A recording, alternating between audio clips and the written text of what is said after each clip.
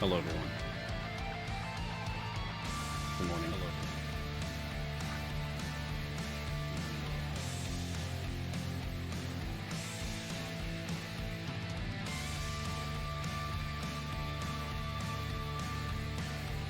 We have no leftover questions today.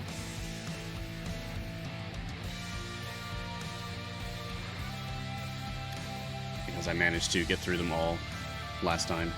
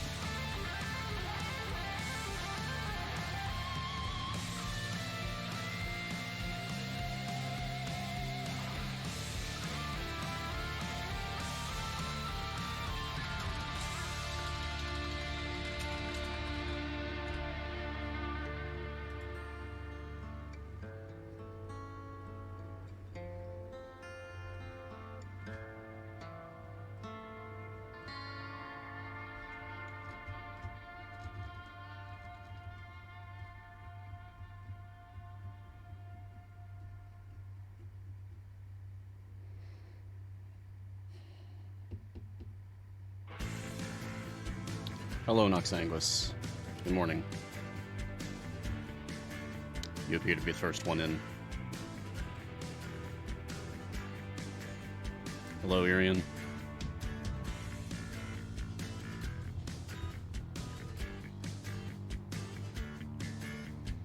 With me, of course, is Martin. When it's not Martin, it's Jay. It's not my birthday. My birthday's tomorrow. Hello, Jetacero. Hello, Star.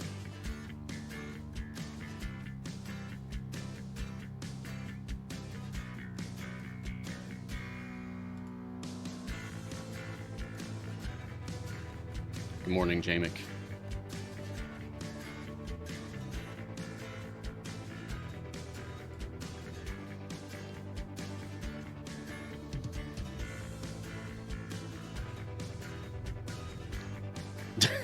No, it is Martin today, Star.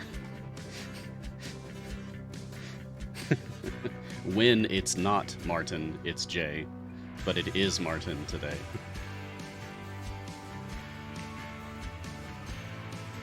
You just got home in time from work and shopping. Do you work through the night, Noxanguis, or just a very different time zone? 7 a.m. Pacific Coast time. 10 a.m. my time. My workday is just starting.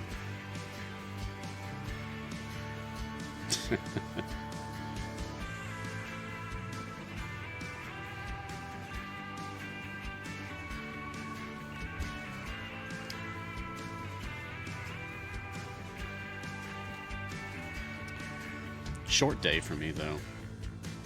I have a meeting after this and then Griddle Champions. And that's pretty much it.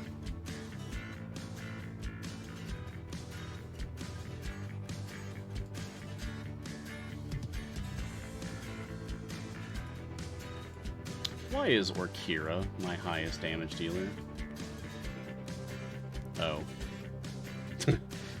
Because this is not an Ashara DPS formation, this is nothing. Okay.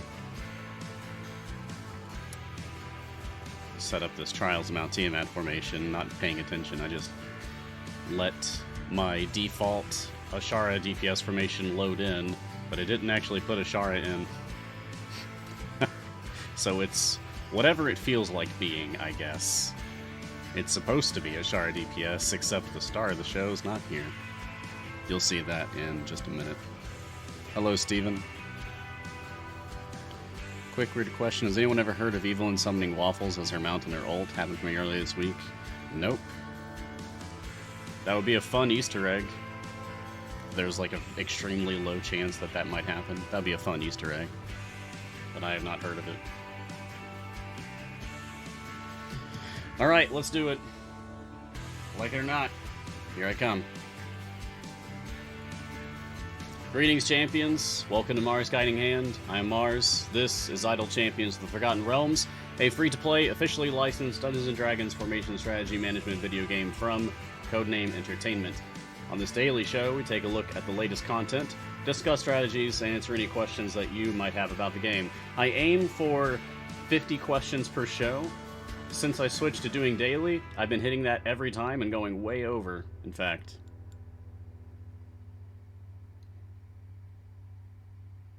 No, it's episode 94. No, I'm looking right at my calendar. Episode 94 is today. Yeah. Today is Friday, December 10th.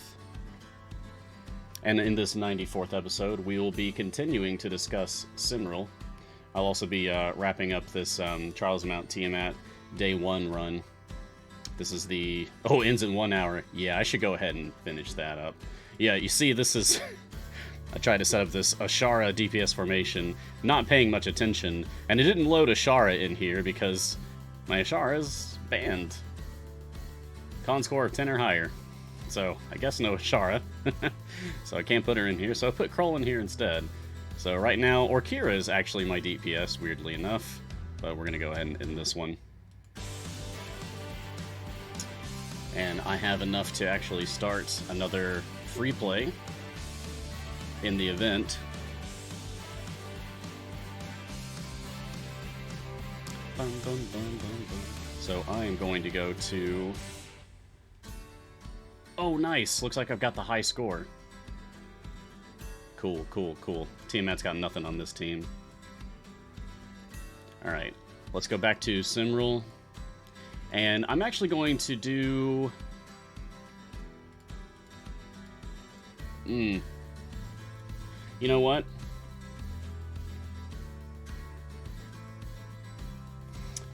Martin, can we do a poll, please? Can we do a poll for whether I should do a free play for Kroll, Lucius, or Yorvin? And whichever one chat decides, whichever one chat votes on, I will do a deep push and go as far as I can. So this would be your opportunity, chat, if you want to see me put together a formation for pushing as far as possible. I think Kroll is particularly a good formation for that, for this event, but I will do Lucius or Yorvin if that's what chat decides. So, you all vote on that. Meanwhile, I will switch over to my other game.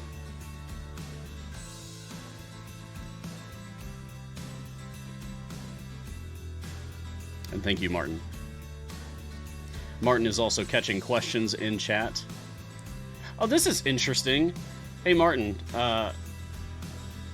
look at this. I don't know if you noticed, but a couple minutes ago, when I closed the notification on my main game on Steam, it didn't have the preview image, it just had the text. But over here on Epic, it's the whole package deal. That's weird. Anyway. As you can see, I've managed to make it to stage 66. This is the Yorvin unlock run that I started on stream yesterday.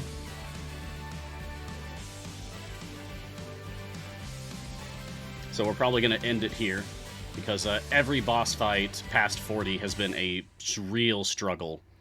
So I'm going to probably just go ahead and end this. My next task on this new player account on Epic, especially now that I have a little bit of favor. Oh, hey, look at that! I've unlocked the right to go to Tomb of Annihilation. Yep, looks like you've decided to visit a new campaign. That's because you made me do it, Brunor. Yeah. Alright, get out of here, Tutorial Dwarf. I'm busy. I've got things to do. Next up, I'm unlocking Kroll. Good morning. Good morning to everyone who is just joining us. And good morning to everyone who has already been here, of course.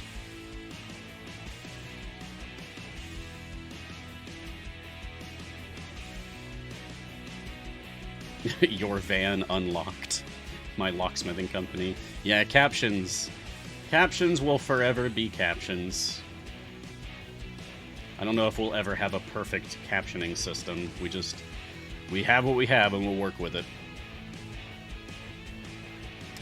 So, what is today's tea? It is a miserable gray sky, rainy day, just how I like it over here. So, I have an Earl Grey tea from Twinings.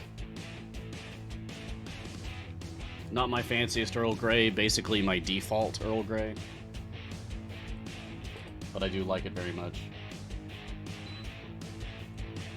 Apparently my mug warmer wasn't turned on. It is now. So that'll keep that piping hot for me. Well, not piping hot. Borderline steaming hot. Hot enough that it is hot, but not enough that it hurts. Pretty much perfect.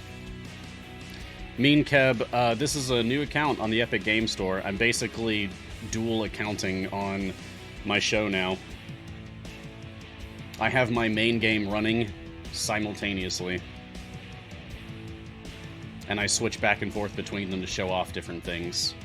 It's a pretty quick turnaround, takes me a few seconds. Kroll won the poll. Okay, we're going to be going to... thanks for voting in the Kroll poll. We're going to be going to a Kroll free play on my main account. I'm doing a deep push to go as far as we can. So while my second account is running this in the background here, I will switch back to my main and we will set that up.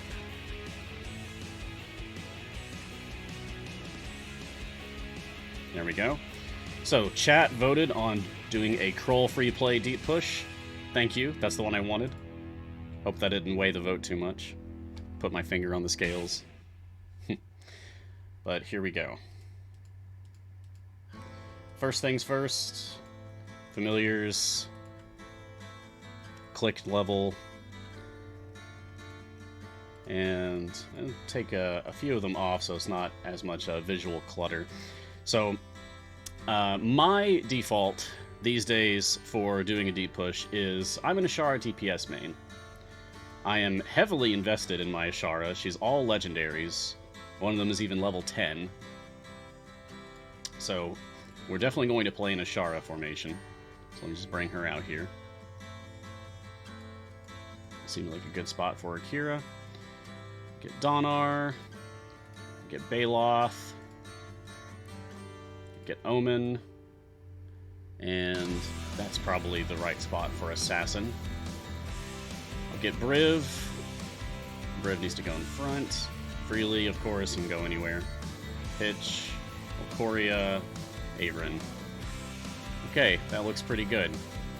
Let's see, 1, 2, 1, 2, 1, 2, 3. Ah, okay. So no, not there.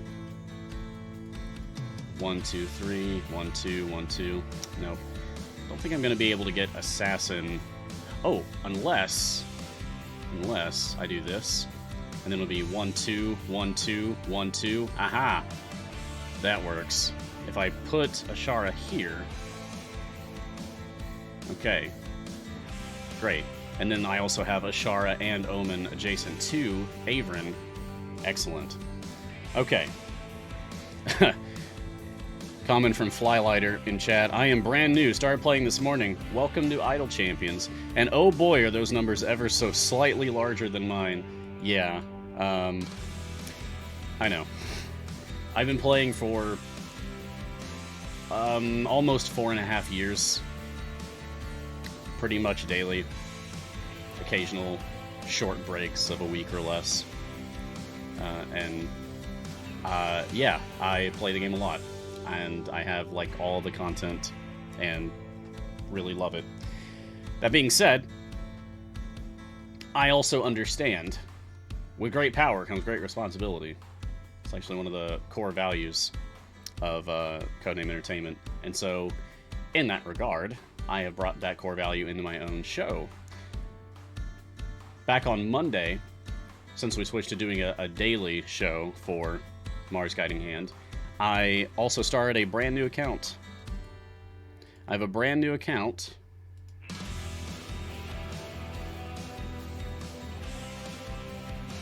There we go.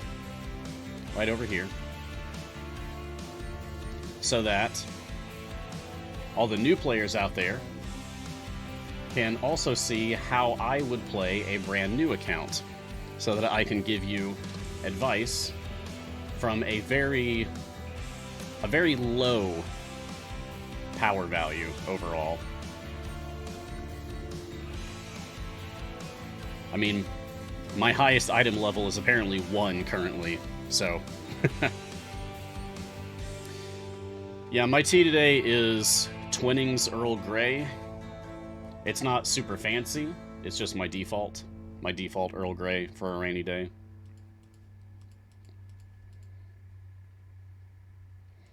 I like my mugwarmer very much, Maelstrom. It's a very good mugwarmer. My partner got it for me. It was a surprise gift.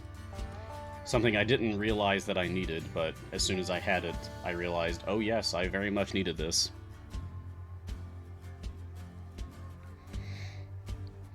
Nobis asks, I'm about to unlock Split the Party 2. I only need a slot 1 champion. Which one should I go with? Deacon for speed or Kira for power? Make your choice between those two, depending on what you need. Dreamwalker Deslin, even if not top tier, is Dritz as DPS for the Companions group viable-ish? Every DPS is viable. Every DPS is viable. Characters that aren't even DPS are DPS viable. I don't know if you caught it, but at the beginning of my stream, I was accidentally running Orkira DPS, and it went to nearly stage 800. It really just comes down to formation design. You gotta know what you're doing, you gotta know how to actually work with your champions, and gear, and blessings, and patron perks, and achievements, and consumables. There's a lot of factors. And your Modron core. A lot of factors that all pile on together to determine your game experience, how powerful your formation is going to be, how far you're going to get in your run.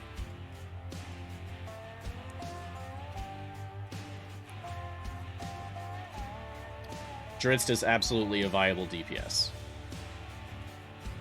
Brunor is a viable DPS, even though he's not a DPS. So, if what you want is to... I'm trying to dodge snowflakes. If what you want is to play a character that you want, regardless of their actual power, their presence in the meta, then do that. If what you want is to... Okay, that's enough of that. If what you want is absolute power and going as far as possible, then you should observe the meta and play the popular DPS choices of the time. Right now, Ashara, Zorbu, Krond and Artemis for the big spenders.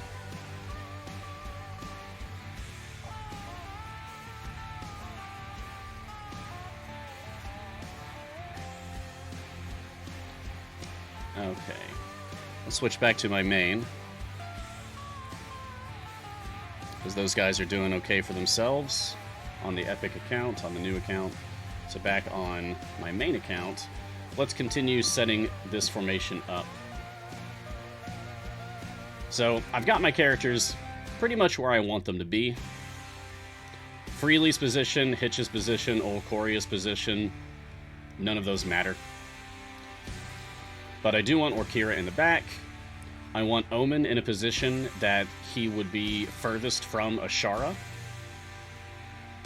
because I'm going to be speccing Omen into Assassin specialization. Baloth needs to be in a column in front of or behind your DPS, and ideally in the column behind your tank. So this is the ideal setup for that. Tank, Baloth, Ashara right there.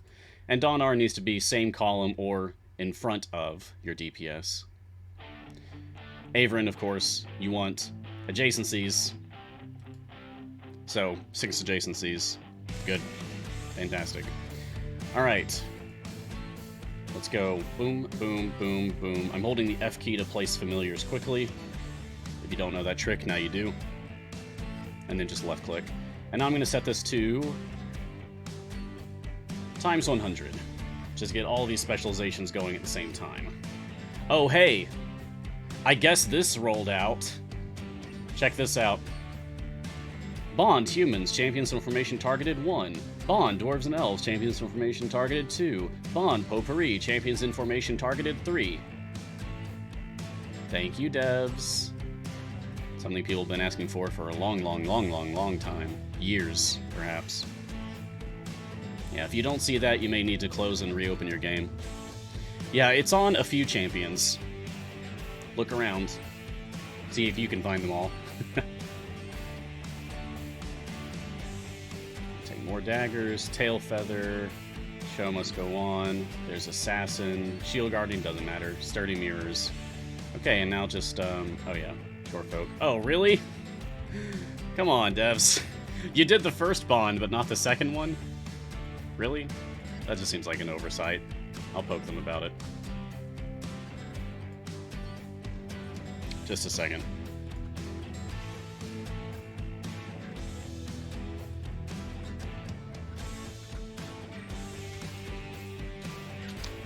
Shara's first set of bonds shows number of applicable champions, but not her second set of bond choices. Okay. They're not in office yet, but they'll see it when they do get in. And I'm going to take Half-Bloods, because we do have one Half-Blood. It's a Half-Elf, Averin. We have two Half-Bloods, Omen, another Half-Elf. And then we have Briv, a Half-Orc. That's another Half-Blood. That's 3. So we've got 3 Potpourri and 3 Half-Bloods. That's enough. Because, yeah. Paragon of Kirsabal, increase the potency of each bond. Ashara gains the effect of a given bond if at least 3 champions are affected by it. So yeah, first bond, Potpourri affects 3 champions for, oh, look at that, 7.77. And second bond, 3 champions for 7.77. 777, 2 times. Lucky, lucky. Cool.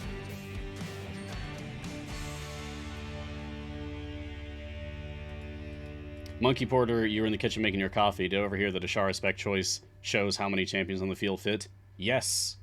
Or at least the first set does. I'm guessing it was an oversight that the second set doesn't show it, but I have poked them about it, so hopefully they will fix that. It's supposed to.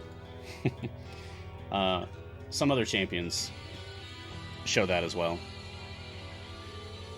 But I don't know exactly which ones, so look around.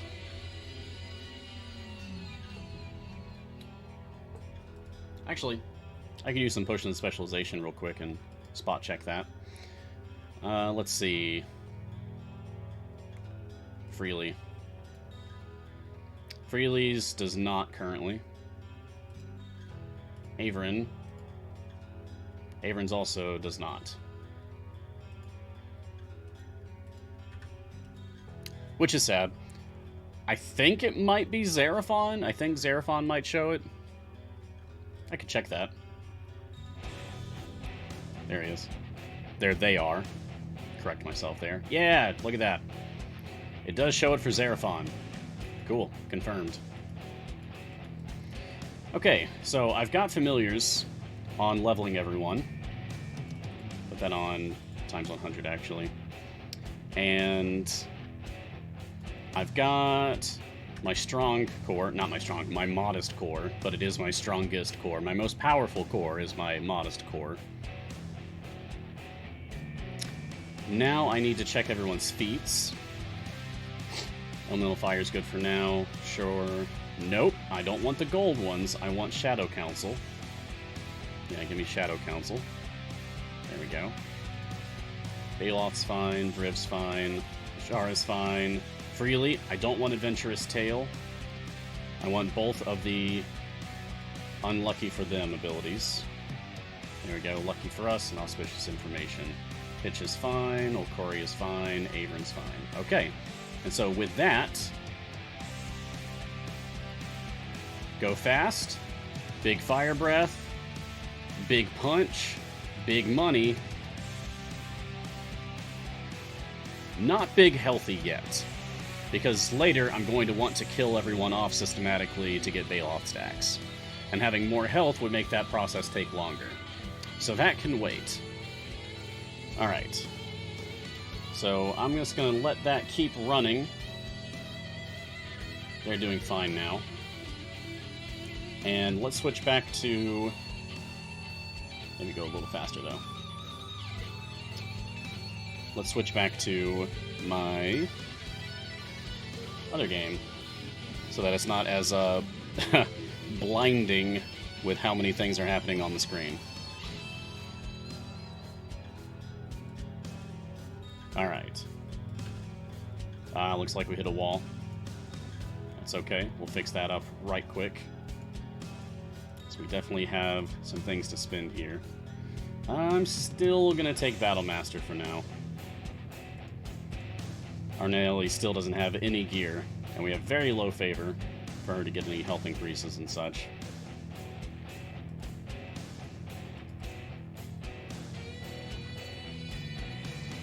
Okay. Oh, I do have a regular silver chest I can open.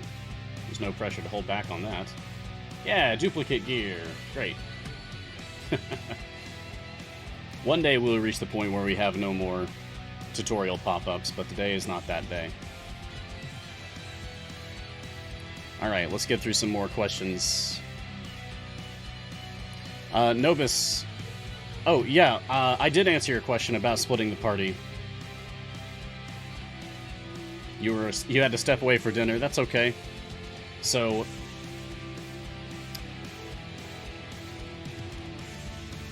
you want to know a good choice for a slot 1 champion to pick up so that you can do split the party. Deacon if you want speed, or Kira if you want power. That's pretty much what it comes down to. So, what do you need more? Speed or power? If you can answer that question, then you'll have your answer. Ella Makes Art. Just started playing a few days ago. Hey, good morning. Welcome to Idle Champions. Cheers. I hope you enjoy your time here. Apologies for not being high energy right now. I'm a bit emotional, but I'm here to do my job. Normally, I would be a very... just a bundle of positive, joyous, overexcited energy. Not today. Dota 2, Norax. Question, how many Electrum chests would you open for a new event hero before switching to hero silver chests? I mean, if you want to be reckless like me, just open 50 Electrum chests when you unlock a new character. And then start saving them up again. But if you're a newer player, just open like one at a time, honestly, until you get to at least full greens, if not full blues, for whichever character you're hunting gear for. Then switch over. XX Panda 25XX. It's one of those, like, old school, like, Xbox Call of Duty type names. Should I be spending gems on a second familiar, 5,000 gems, or on gold chests? 5,000 is pretty cheap as far as gem familiars go. But I think you'd be better served investing in chests. Basically, if you're early on enough that you need to be asking that question, you probably should stick with chests for now. I wouldn't really obsess with hunting familiars until you're at least all blue on your Evergreen Champions. And by Evergreens, I mean non-event champions, such as these 6 right here. I'm working to unlock Krull right now. That's an example of an event champion. These 6 right here would be examples of non-event and thus Evergreen champions. Star Chaser question. Would you want to spend an episode sometime just doing silly or affiliation-specific formations? Just asking. Absolutely. Yeah, I've got a daily show now. Twice on Wednesdays. It's a lot of content to fill. So, yeah, there's definitely going to be times when I'm going to want to get weird with it, as I say. That's what makes the game fun to me. I don't have a huge internal need to be as powerful as possible. I'm just here to have fun, while knowing the game enough that I can speak to what's really powerful. I want to be able to clear all the content, of course, but it's refreshing to just get weird with it and have fun. So yeah, I have before, and I will again, do some strange formations just for the heck of it.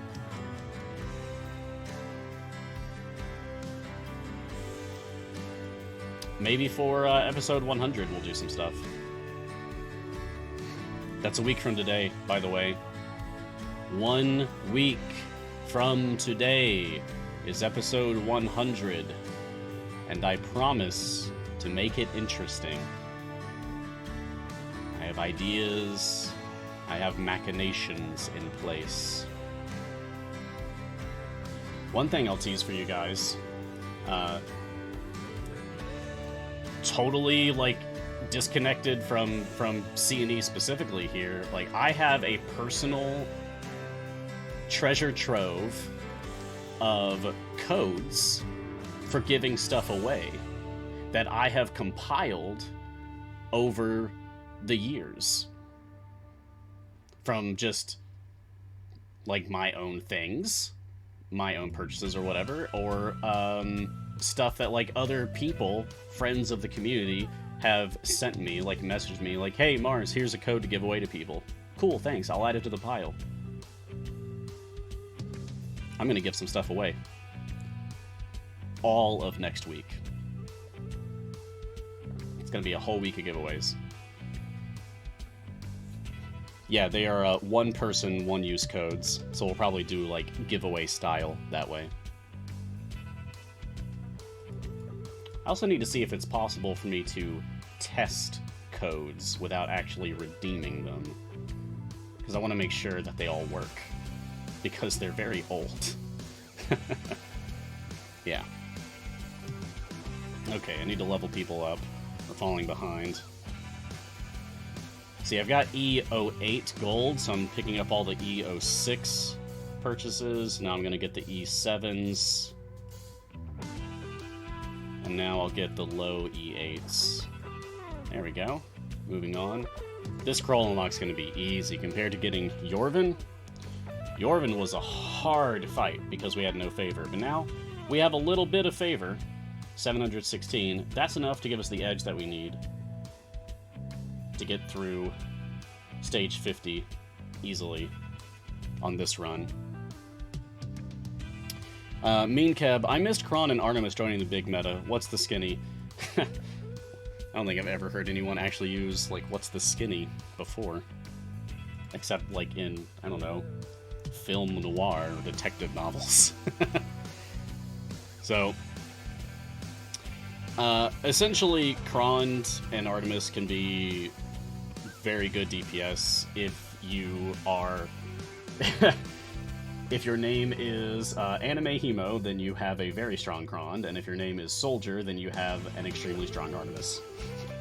Basically, there's a couple of members of our community who have invested significantly, would be an understatement, into specifically Kron or Artemis. And by doing so, have made their preferred DPS into, wow, killing machines.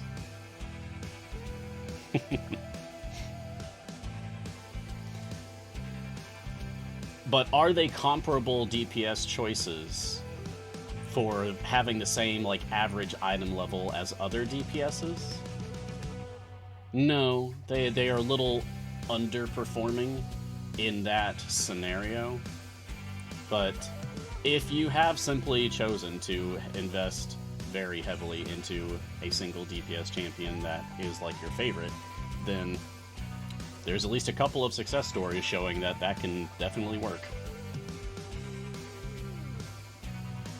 And I'm talking they have tens of thousands of item levels in those characters, so it's a lot.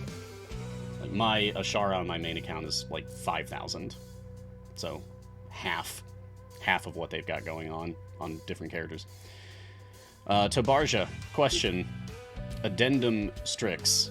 What does she like to make her work? You're asking how to work Strix DPS or Strix support, or just understanding Strix's mechanics? Strix DPS. Okay. So if you are trying to do Strix DPS, she's a magic attacker, first of all. So it would be in your interest to use Olcoria in that formation. And otherwise, Strix is a chaotic good tiefling sorcerer. You're giving up a lot of power by fielding Strix because you are choosing to not use Averin. They share a slot, so you can't do that. Yeah, Olcoria is what I said. Olcoria is an Evergreen Champion that you can unlock by progressing far enough in the Waterdeep Dragon Heist permanent campaign. Get through the Waterdeep Dragon Heist campaign, get yourself an Olcoria, and include other magic attackers in your formation in order to make the most use of your Olcoria.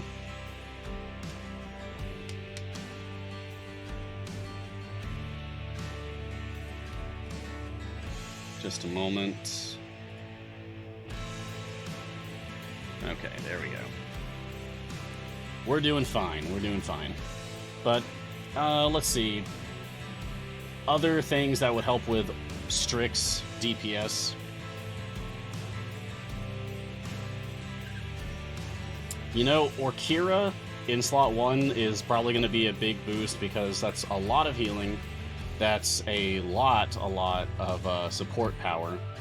Plus, she's a magic attacker, so she would also count toward Olcoria's mechanics. Likewise, Donar in slot 2.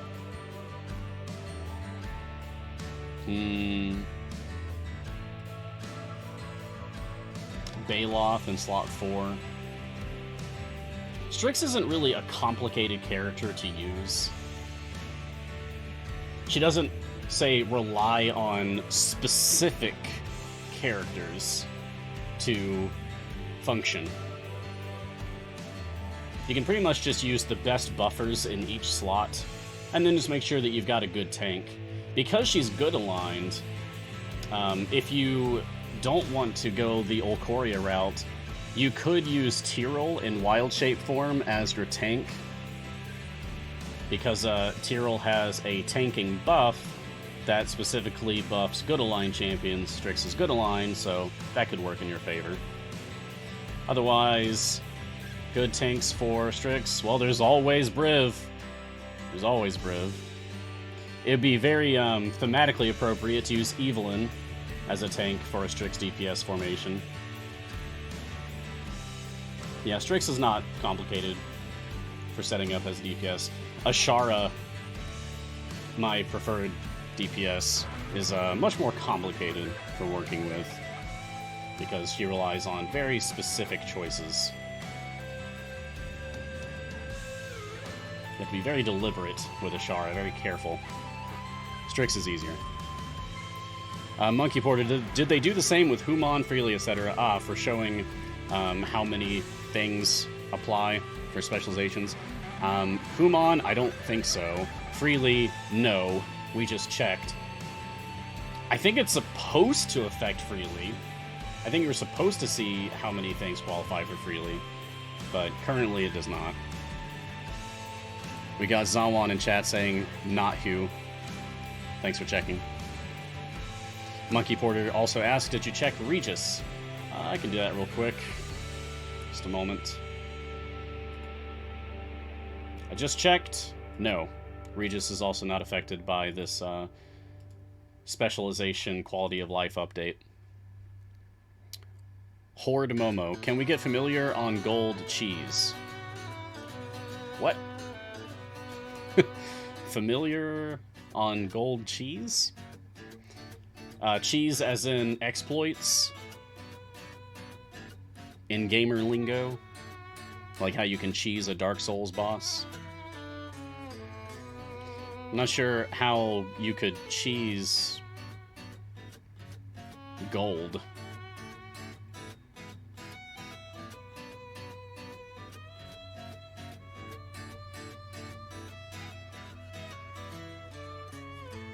Oh, was that just a typo? Was that like an autocorrect typo thing and you meant to say gold chest? Can we get familiars in gold chests? Okay. That really threw me for a loop there, because I can usually autocorrect typos as I'm reading them, but cheese is itself a gamer term. So that's where my head went first. Okay, can you get familiars in gold chests? No, you cannot. Sorry to say, you cannot get familiars in gold chests. I know, it'd be nice if you could. Maybe one day. It'd be cool if there was, like, one familiar, at least, out there that you had to hunt by opening chests. Because then it'd be, like, an exciting thing for people. Like, oh my god, I got the super rare familiar. Ah. Maybe make it a 1 in 1,000, like shinies. I'm gonna suggest that, actually. I think that could be very fun. I'm gonna write that down so I don't forget. 1 in a familion. That's pretty good, Bunny Beast. The mimic familiar would be hilarious. That's really good.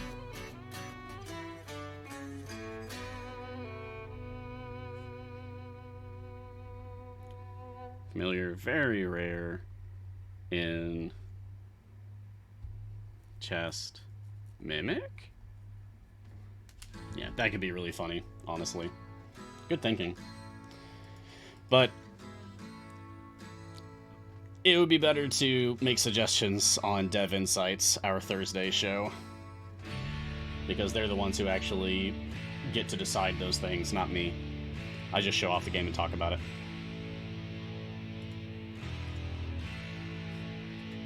At the end of the day, I'm just a professional player.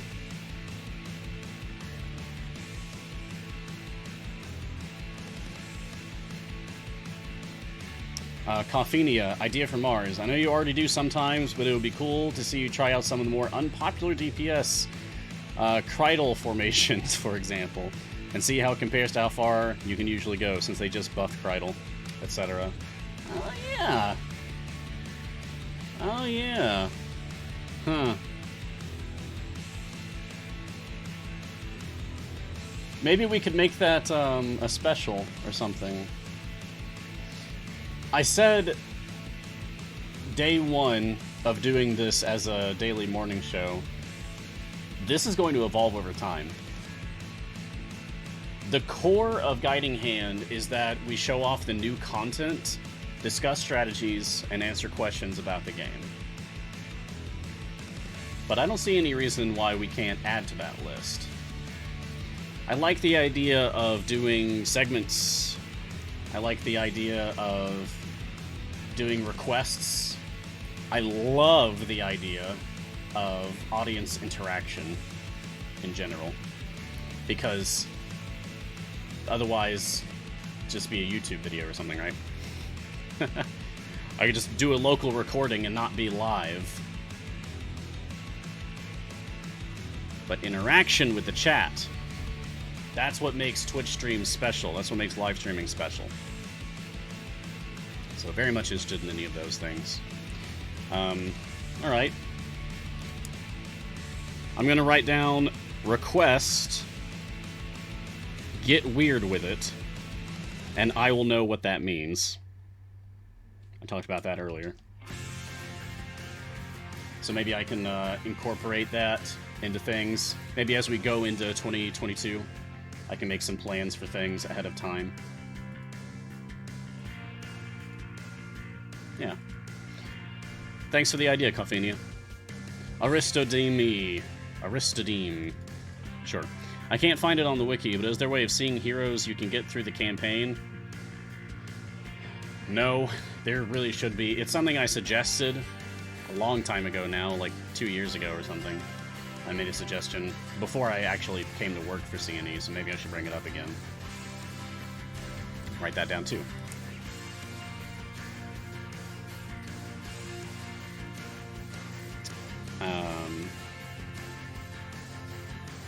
See Evergreens on map. An idea that I had years ago was like, what if right here on the map screen we had little portrait icons? Like maybe a portrait of Drizzt next to the Grand Tour of the Sword Coast, a portrait of Azaka and Dragonbait next to Tomb of Annihilation, to show like, hey, play these campaigns to unlock these characters. And as you unlock them, the portraits vanish so that you know you've already gotten them. I would love that.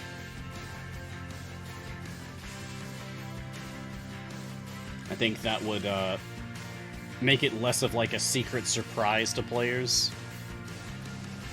so that they would know, like, hey, you really like Drizzt? Is that a big reason why you came to this game? Because you like Drizzt Doerden? Okay, here's where you can get Drizzt in the game, so that you'll stick around and actually do that. So currently, no, you'd have to actually know what adventure that they're in, or just click on looking at all of them until you find the one that they're in, and see like, ah, I get them by beating this one, aha, okay. But that's tedious. Feldan. So I have read and hear people talk about Evergreen Champions. What are those? Evergreen Champions are non-event champions. So these are champions that you start the game with. Example, Brunor, Celeste, Naeli, Jarlaxle, Calliope, Ashara, Minsk, not Hitch, Delana. Those are examples of Evergreen Champions. Specifically, these are your core Evergreen Champions, or just your core champions. Evergreens are also champions that you unlock, but not through events, such as Hitch. You get Hitch by signing up for the newsletter.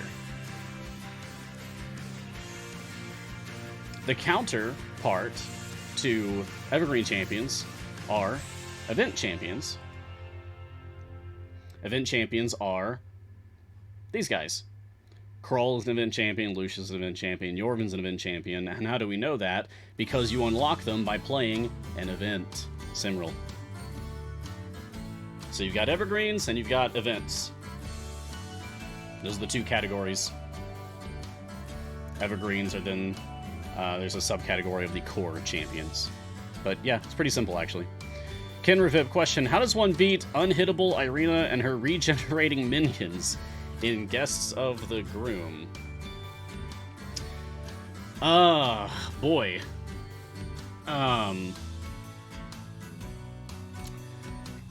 Stuns. Debuffs. Things that make people take more damage. Things that stop enemies from attacking.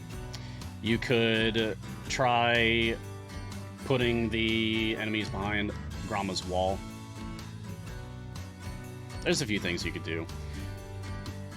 I can't jump into it and show you right now. But Irina and her regenerating minions isn't the most frightening danger of that little storyline. That would be regenerating Strahd. That's when knockback, stuns, and walls really pay off. You just gotta keep them away from the formation as much as you can. J-Mick Unyielding, how's the Krull deep push? Looking back at it, which we can do. Just a second. Full screen, specific window. Here you go. So the Krull deep push is coming up on 455 right now. Going strong. Not slowing down whatsoever. Sitting on about E196, E197 Bud when it comes up. So yeah, this is going. This isn't really going to get interesting until about 700. So I'm just going to keep letting that ride for now.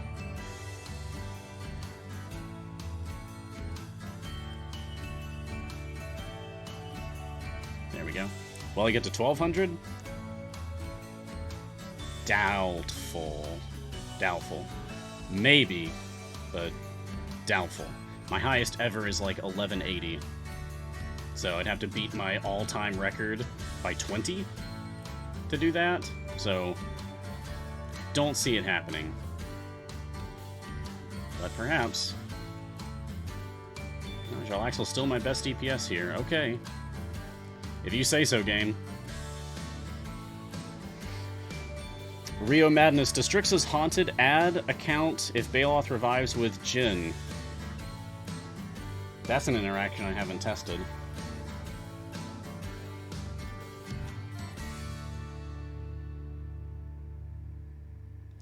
I could try.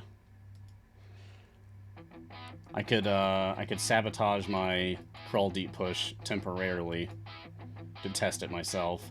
I see people in chat saying that no, it does not. I would assume that that would be the case, that it is not. Oh, hey, cool. We beat it. Great. We picked up 130 favor there. Okay, awesome. Now I gotta decide if I let this push or if I go ahead and reset and then go for Lucius.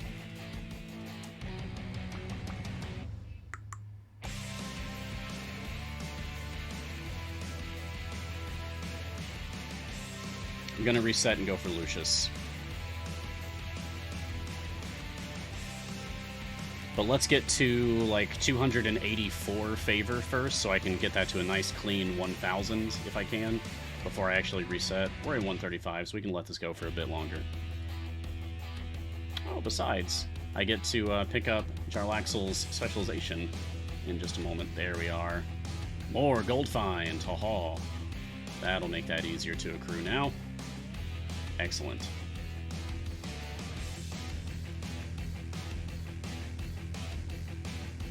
Yeah, I would assume that Strix's Haunted does not interact with Baloth's Jhin revival in that way. Teeny Human, hey chat, it's my birthday today. Oh, I'm so excited to be spending it with Mars today. Thanks for everything you do, Mars. Best birthday gift ever. Oh, hey, thank you. My birthday is tomorrow, in fact. And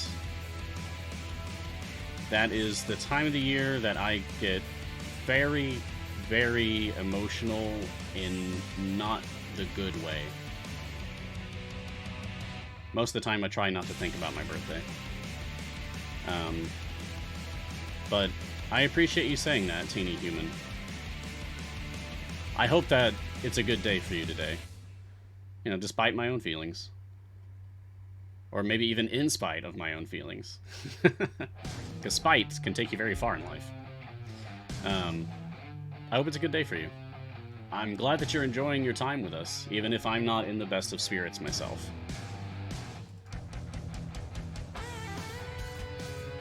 Ha ha hi ho ha ha. Okay, that's a name. That's someone's name. I wasn't just randomly laughing weird. Hey Mars, what's C&E's opinion on click debuff and scripting? I don't know if there's an official, like, judgment on how Codename Entertainment feels as a company overall about click debuff. They clearly tolerate it, at least, because they haven't immediately quashed it. The official stance on scripting is, and has been for a while, that Codename Entertainment does not officially condemn nor condone scripting. So if that's something that you choose to do to play your game, alright. I feel like that kind of, I don't know, undermines the game experience, but my opinion doesn't matter. Because at the end of the day, it's a non-competitive game. As long as what you are doing is not impacting other people's enjoyment of the game, then I think you're fine. Click debuff is not for me. It's just not my bag. It feels like too much of an exploit. It feels like it's cheating or playing the game as it's not meant to be played. It just leaves a bad taste in my mouth. I don't like the idea of the click debuff strategy. And I don't like the idea of scripting. But that's just my opinion, and not an official stance. Half-B, question, do you think there will be a hidden code list for 2022? I mean, probably. That's one of my favorite things that the community engages in. If you don't know about this, we have hidden codes. I think Dylan is the one that comes up with them, so he's probably the best person to ask. But I could probably ask for you. Each year, I think we started like 2 years ago, maybe 3 years ago. Each year we have had these, like a list of secret codes. It doesn't say like, it doesn't say what the code is. People have to guess them.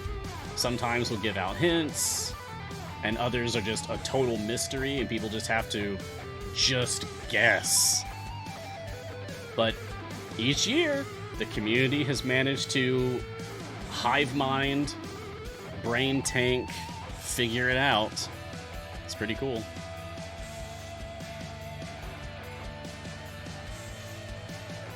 I like it. It feels like a scavenger hunt, basically. So, maybe? Oh, you know what? Dylan is out of office today. I can't even ask him. But I can make a note to ask him on, like, Monday.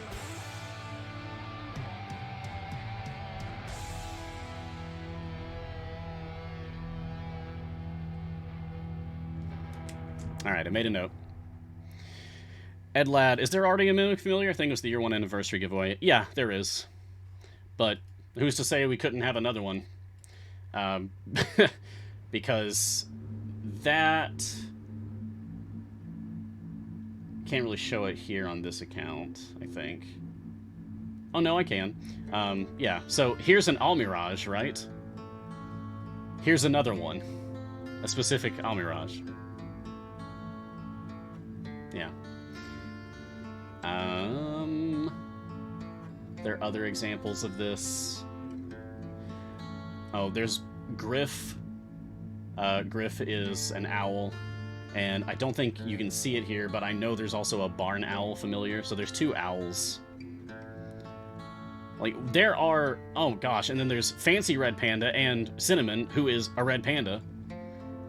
There are multiple examples of doubling up on familiars. Who's to say we can't do that for mimics?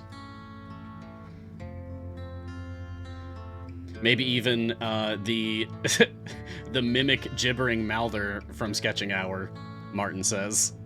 Yeah, that could be fun. Sketching Hour comes up with the best stuff, y'all. I love that show.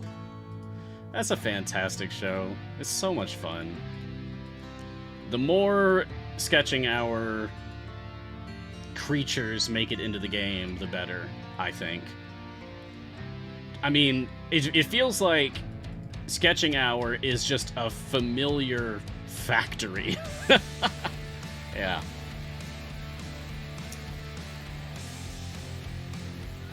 Oh, we are barely scratching this boy. Oof. We might have to call it here for this run.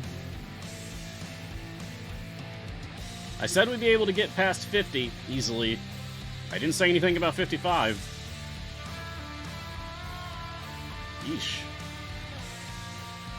No. No.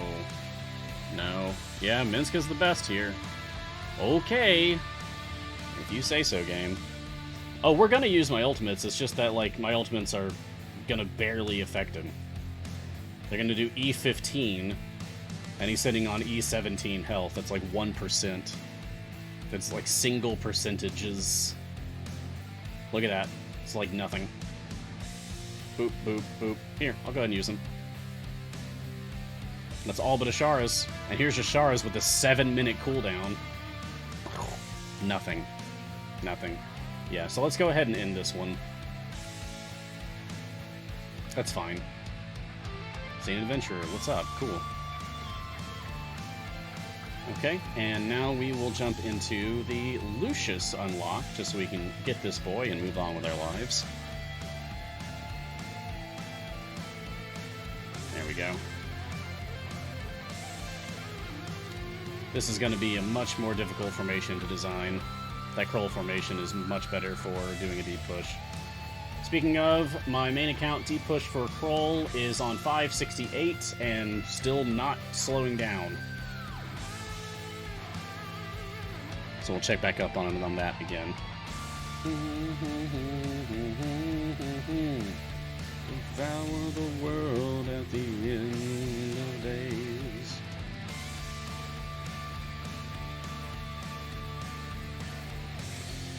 Waffle's offspring is called Cinnamon, so if that ever becomes familiar, we'll have 2 familiars with that name. Cinnamon's in the game. Waffle's offspring, Cinnamon. If you use Ascendant Strix, and you use Strix's ultimate, and one of the 3 random effects that it pulls, you pull Waffle, like you summon Waffle, the owlbear. Waffle, the owlbear, will appear. Waffles, the owlbear, will appear with Cinnamon. Because it's Ascendant Waffles as well as Ascendant Strix. I think Holly posted that on Twitter. That's how I learned about that. Libnock, they should drop pieces of familiars to build a familiar. Well, that's horrifying to think about. The only way that that is not incredibly disturbing is if it's a construct. Yeesh. I don't hate the idea conceptually, but it's gotta be a construct of some kind. Yeah, homunculus or something. Yeah, clockwork, something like that. Jamek Unyielding Mars, how does one become an Idle Champs pro player like yourself? Oh, Lord. B, obsessive. B-E, obsessive. Yeah. 21,000 hours on my main account. Probably 1,000 hours combined or more on my other accounts. Over the course of 4 years and several months. Yeah, I told the story earlier this week. So if you want the whole story, you can check out recent episodes from this week. But basically, I got into the game extremely early, like a week after it had come out. And I've been here every day ever since. And just made a very strong presence for myself in the community. And, admittedly, annoyed the devs. I did. Like a whiny child always asking for things. Like, hey, can I get this art asset so I can make a resource? I can see now in hindsight that I was bugging them and asking for too much. But somehow I managed to walk that very fine line and landed with making Idle Champions my actual job.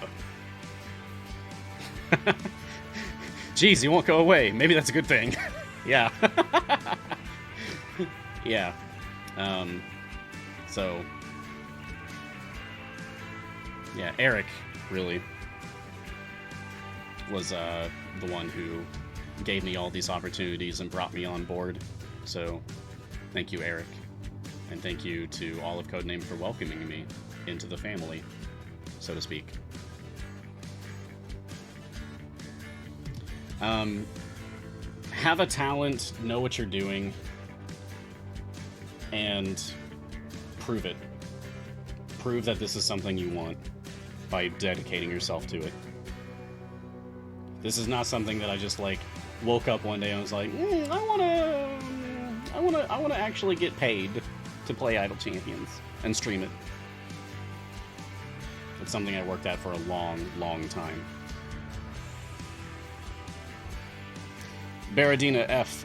Hi, Mars. Sorry to hear you're not feeling your best today. Thank you. Hope tomorrow feels a bit better again. My serotonin-deprived brain is definitely happy you're here, so thanks. Good. Good. I'll be alright. It's just another day. It's just that, I guess, seasonal affective stuff, right? It hits me hardest at and around my birthday. I thought I could handle it this year. I was doing fine until, like, the dead middle of the night last night, and then it just, boom, hit me. But I'm not going to shy away from talking about it, because mental health should be discussed more openly. In a productive way, however. So, yes, I am very affected right now, and it's really messing with my head. But I can still help people. I can still give to the community. And that helps me, I think. Thank you for your well wishes. Here's the fun thing about Brunor. Brunor buffs the same column, even if they are extremely far apart. Even if there's no spaces between them, Brunor will still buff the same column.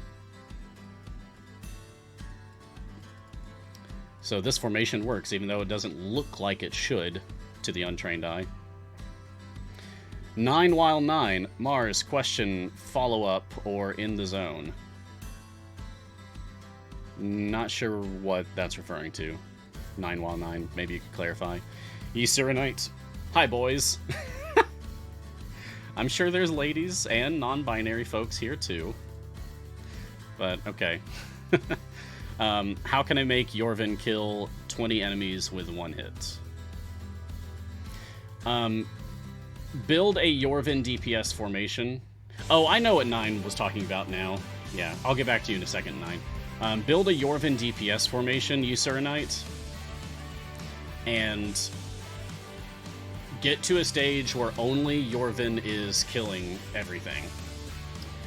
Then take Yorvin out of your formation and let 20 enemies or more build up on attacking your tank. Then put Yorvin back into the formation and prepare for a bloodbath. Yeah, as Yorvin slaughters them all. But 9 while 9, you were asking follow-up or in the zone. That's a spec choice for Catti-Brie. It took me a minute to think about that. I always go with the left one? Which one is that? Let me level up Catti-Brie. That's follow-up. I always go with follow-up. But it's been so long now, I don't remember why. And I'm sure it matters if you're going support or DPS for Catti-Brie, because she can do both. She can be a DPS character.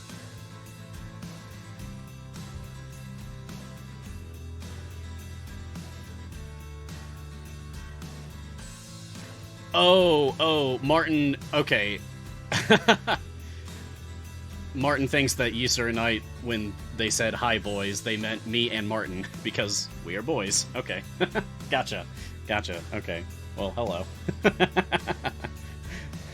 Thank you, Martin, for demystifying that for me. Yeah. Oh, we got Valeomach saying in the zone is best, right, Spec? Maelstrom's also saying Caddy is best in right spec. And Gecko Sid Gaming, right one is reducing attack cooldown after a crit. You know, it's funny because I remember always choosing right spec for Catti-Brie when she came out. And then hearing that, no, left spec is best. And so then I switched to left spec.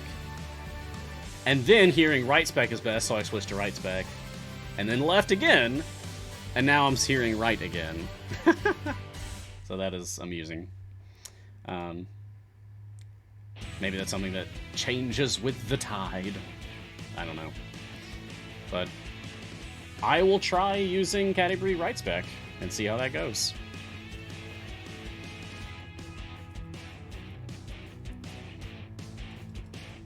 Yeah, this is not going to be a very pretty formation by the end of this.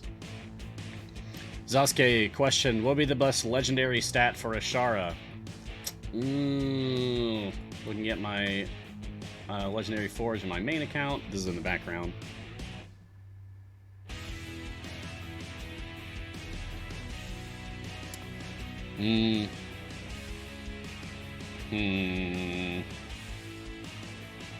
Well,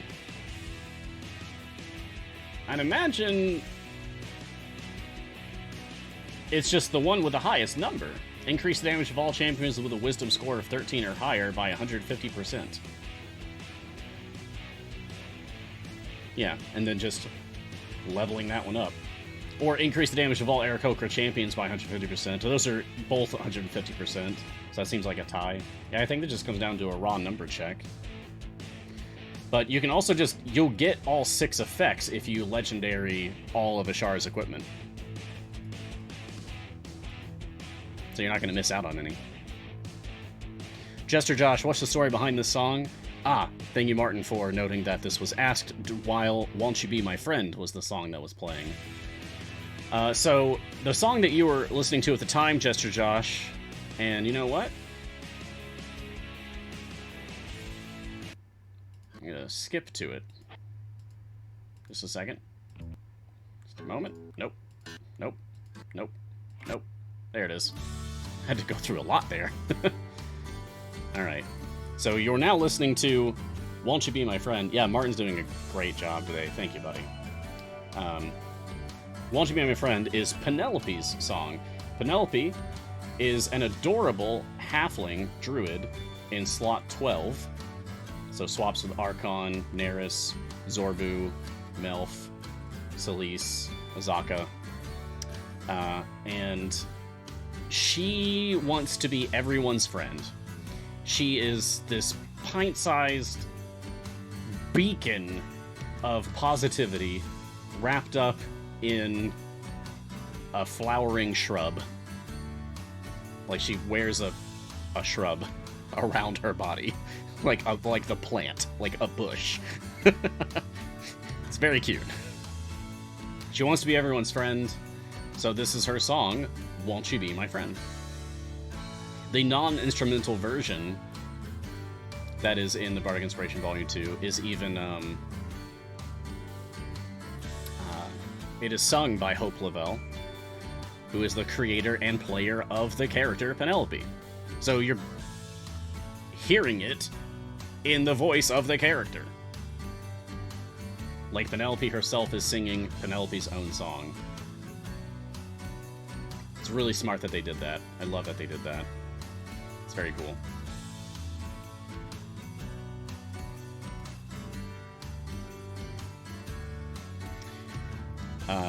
Wrathchild has a comment on Penelope. Briv skips a couple of levels. Penelope skips every level. Yeah. That's referring to Penelope's walking animation is skipping. She actually skips when she walks.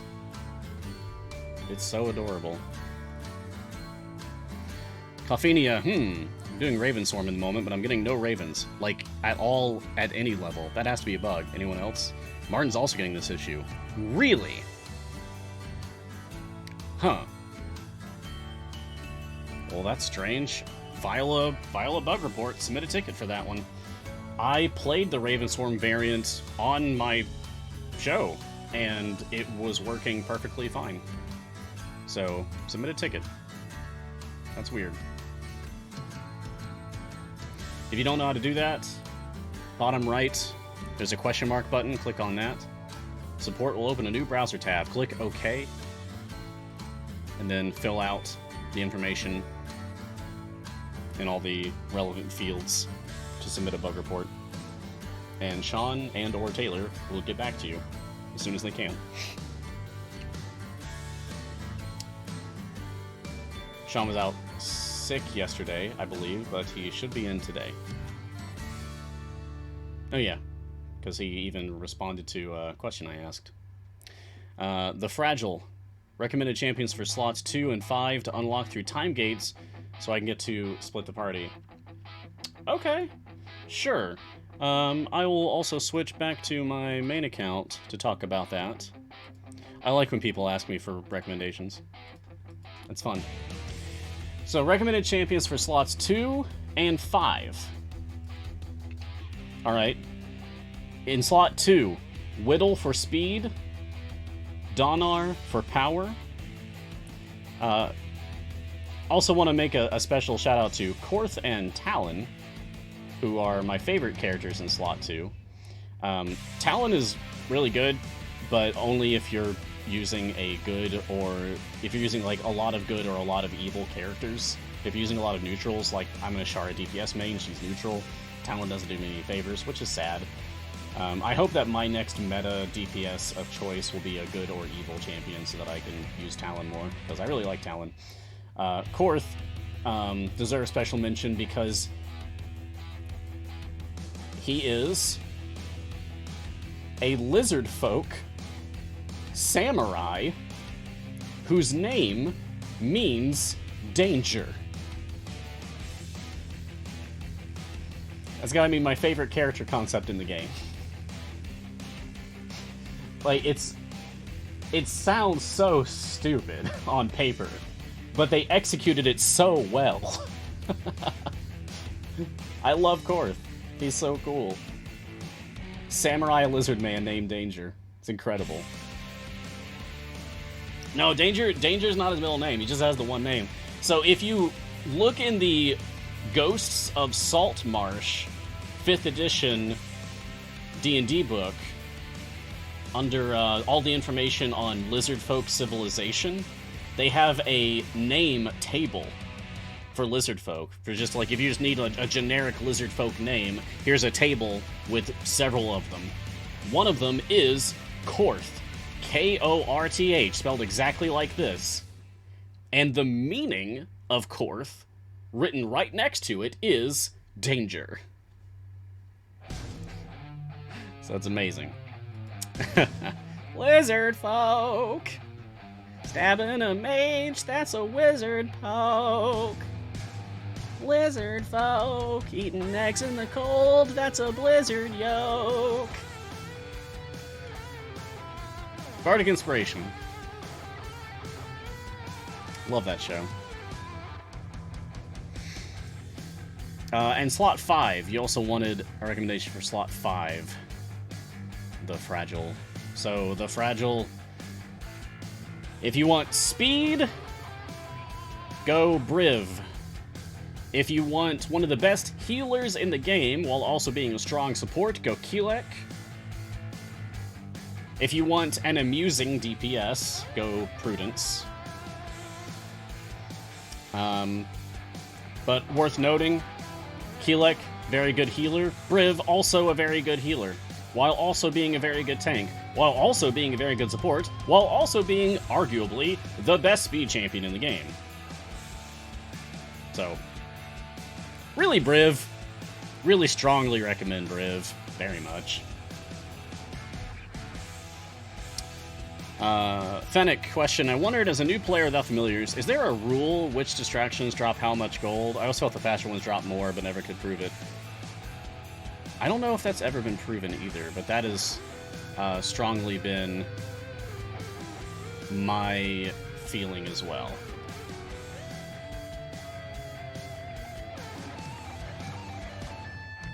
Yeah, I don't think the devs have ever commented on it, as far as I'm aware. But it has long been my suspicion that the faster distractions and the harder to click ones give more gold than the others. At the end of the day, it's a pittance compared to how much gold you get by just killing enemies. But it's fun, and distractions also matter way more when you're a newer player as opposed to a later game player. Monkey Porter, do old familiars like the year 1 anniversary ever become attainable again? Yes, but you might not like the answer. They will randomly be presented as an offering in your wild offers. That's it. So, like, if I switch back to... If I switch back to my new game, right over here. Right. So, here's a bunch of familiars. I'm guessing these are all familiars that I could acquire in the game right now, the ones that are not retired. There are 70 familiars total, I believe. And these are all the familiars that I could get right now, whether it's gems or real money purchases. And then right up here, I have a wild offer, which includes a hedgehog familiar. That's a retired familiar. That hedgehog is not on this list. So yeah, that's how you can get retired familiars. They will randomly show up in your wild offers. Ugh, oh no.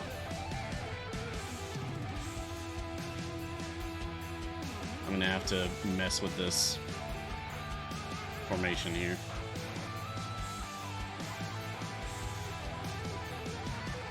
Oh, they need levels. That's what they need.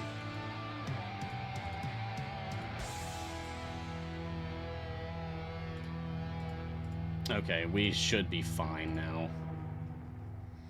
We should be fine now. What was I even worried about?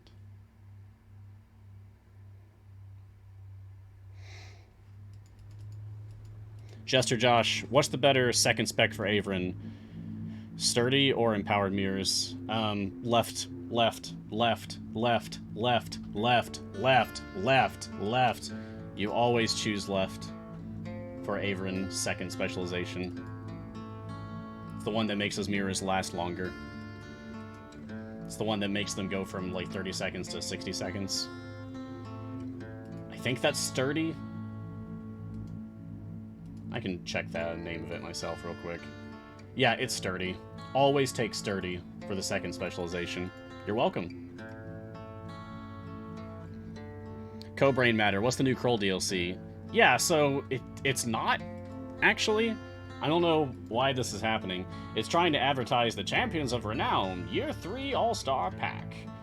I guess it's just because it's on sale right now, which I wasn't aware was happening. I didn't know we were putting this on sale.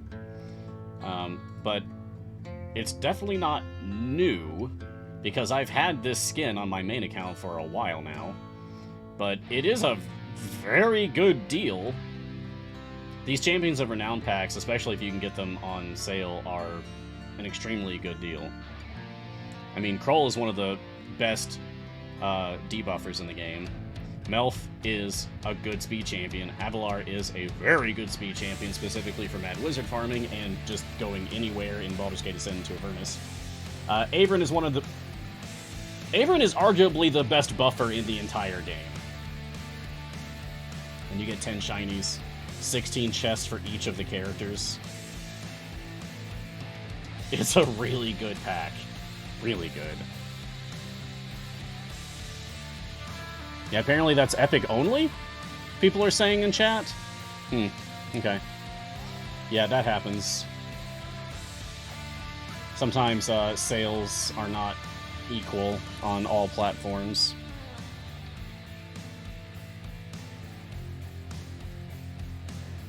El Ramon, question. Ayla, never know which of her specializations to choose. Which is best? I always go the left one for her, which is... Let me just grab her and level her up real quick. Yeah, Stormcaller. I always go Stormcaller on her, reducing the cooldown of her Storm Aura by 2 seconds. Just so that her Storm Aura is applying more often, like I don't have to wait around as much for it to come into effect. Reaver, question, have you unlocked the Monty Python Killer Rabbit from the current event on your new account yet? Have I unlocked the Monty Python Killer Rabbit? Oh, the variant for Yorvin? So if I go back here to the map, I believe they're talking about this Fangclaw. In each boss area, a vicious rabbit boss enemy appears. It must also be defeated in order to progress. Gold fire reduced by 90%. Only champions with dexterity 14 or higher can be used. I have this available for me to play, but I have not even tried it yet, because I'm just trying to beat all the unlocks first. Or do you mean unlocking Yorvin, the character? Because I have unlocked Yorvin. I've also unlocked Kroll. Right now I'm working on unlocking Lucius. So I do have this Killer Rabbit, if that's what you meant. Yeah, oh yeah, Yorvin in general, Killer Rabbit, yes. Yeah, what is it, the Beast of Caernanog or something like that? I forget how it's referred to. Last time I watched Monty Python was like, or Holy Grail specifically, was like 10 years ago. Gavarn, question, does the Tier 3 Global perk... Oh, I actually got it right? Thanks, Reaver. Does the Tier 3 Global perk, plus damage for neutral characters, work on both alignment axes? The question is... oh, from Mert. No. That's referring to specifically neutral on the good and evil axis. I don't believe that's both types of neutral. It really would be nice if we had different words for them. But we don't, because D&D doesn't. Penlayer, and this catches up, so if you have more questions for me, I am completely caught up after this one. Penlayer, question, is Briv worth it as a buffer before he is tanked a lot in the adventure? Yes, he's still worth it. Remember also that he does build up his buff by tanking, so he's not just going to magically have his tanking stacks. You have to use him to make him have those stacks. Is he still worth using even without the stacks? Yes. But also, the second that you decide to use him, that he does start tanking, he will start gaining those stacks. So you should anyway. Kerbit asking, where's the chest? I believe I saw you asking about this earlier, Kerbit, and I think folks tried to explain, but I'll explain for you. I know sometimes it can be confusing for newer players. There isn't like some kind of a tutorial in the game that shows how to do this, so, okay. Watch. First, up here, there's a chest button. Click on that. And then you can either click on this box over here, or you can click on this button that says Unlock a Locked Chest. Either one will get you to this. This is called the Cryptex. Once you're on this, you can spin this wheel by left-click and dragging, or punching these buttons. You can also just type, and it'll go directly into it. Copy and paste also works.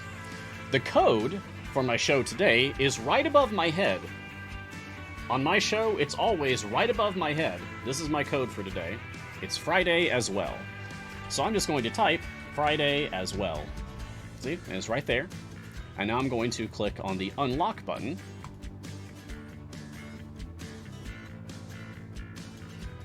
And just like that, one free Electrum chest. Easy. I hope that helps, Kerbit. We do have a VOD for it. We, yeah, Martin linked it just above your comment there, Daniner. Exclamation mark, how code. HOWCODE, how code. Exclamation mark, how code. We'll give you a link from Nightbot for, it's either me or Gar, I forget which one of us, explaining how to redeem a chest code. Oh yeah, and then we also have the speed command for how am I going so fast?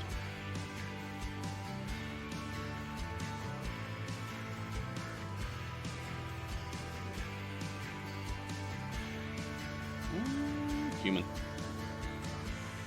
Until I have more characters to pick from, I'm gonna go human. Oh, you know what? Kroll.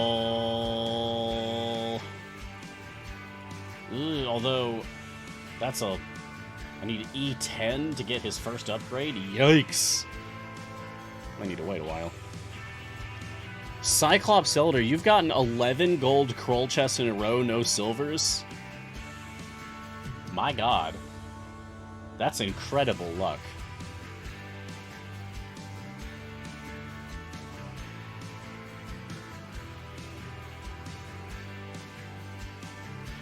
Yeah, the code is right above my head. It says Friday as well. It's right there. Jester Josh 42. Would you replace neutral on the good-evil axis or the lawful-chaotic axis? Whew! This is getting into, like, some moral philosophy here.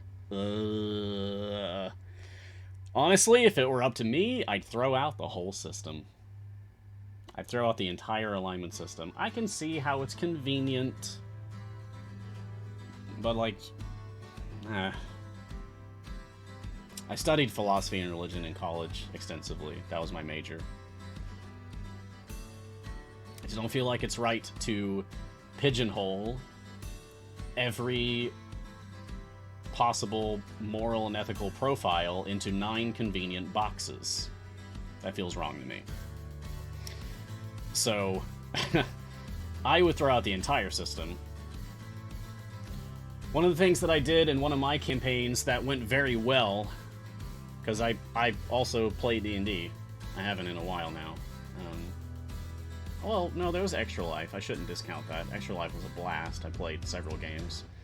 But I haven't played with a consistent group in a while. But one of my favorite alternatives to alignment that I did in a campaign was I used ideals. And this is before 5th edition was a thing. Because ideals are a thing now, but it's just part of like your character flavor and not actually your alignment. But I replaced the alignment system with a system that I called ideals, which was that you, when making your character, you chose 3 things to which you were bonded, that you were utterly devoted to, and that those 3 things were in order of like most devotion, second most devotion, third most devotion. And it worked fine.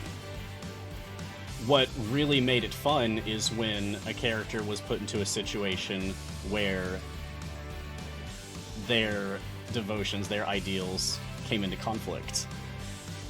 Like maybe they were devoted to a specific cause, and they were also devoted to a specific person, and then suddenly that person is against their cause. So now they're an enemy, and they've got to make that moral dilemma choice of like, oh god, do I fight my friend or not?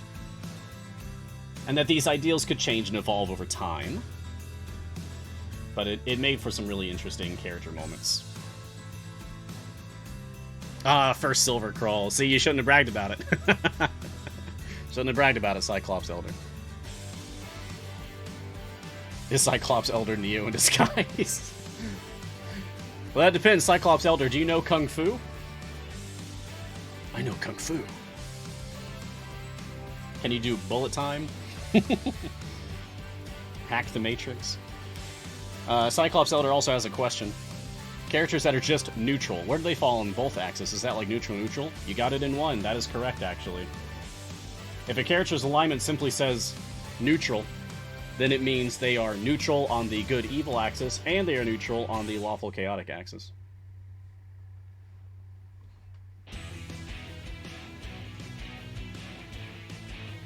Whoa, closed captioning did what?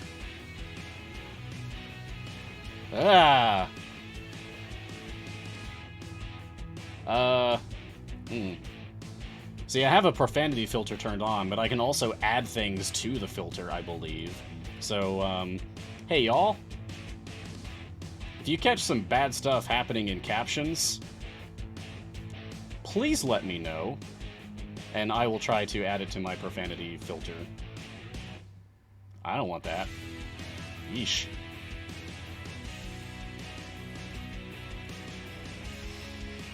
Anyway, moving on. Christopher Escale, when are you going to do a bonus stream pontificating on alternative alignment systems with the community? Well, streaming is literally my job now, so I think that's up to C&E, actually. I love streaming.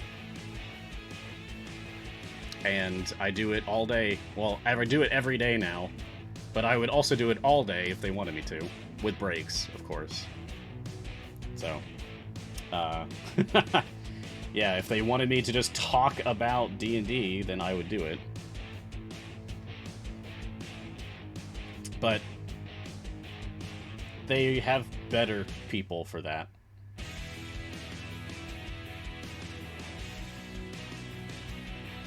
We have much bigger names in the D&D community working with Codename Entertainment. They would be much better candidates for something like that, I think. I would enjoy it, but they deserve it more. Dark Van Wan, wait, what new event? This one! This is Simril. The Simril event is live as of 2 days ago. We have the return of Kroll, the return of Lucius, and the debut of Yorvin, the Killer Rabbit. It's actually a really cool character. Yorvin's very interesting because he goes on a killing streak. Yeah, Yorvin DPS can be really amusing. By the way, the Kroll free play deep push is coming up on 900. It's 882 right now. Looks like they're going to 900 easily. Al Sirik, who is your favorite champion? Changes every day. I mean, with 92 characters in the game, you know, it usually ends up being that my favorite champion is the most recently released one. So, yeah, currently it's Yorvin, because it's exciting. Like, how can I not be excited over the new hotness, you know? It's the brand new one. The brand new character, which means, like, the most potential for chaos. Chaos is fun. So that does appeal to me. So yeah, I would say Yorvin right now, but that will change in however many weeks, 2-3 weeks, whatever, till we get the next character. Outside of the newest one, some characters that I just really strongly like.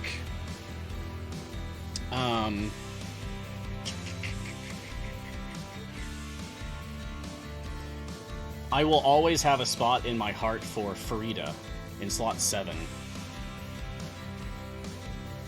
Frida is a tiefling in slot 7, and she was made by Erin M. Evans, who you may know from Champions of Lore. She's one of the co-hosts on Champions of Lore. Frida is basically the kind of character that I would make. But there are other characters like that as well. Melf is absolutely the sort of character that I would make. Now I'm just looking at the whole list. Warden is super cool. I feel like as time goes on, I enjoy the concept of Warden more and more. So shout out to Dylan, because Warden really is an awesome character. I feel like Warden and Yorvin would at least get along in their mutual love of violence.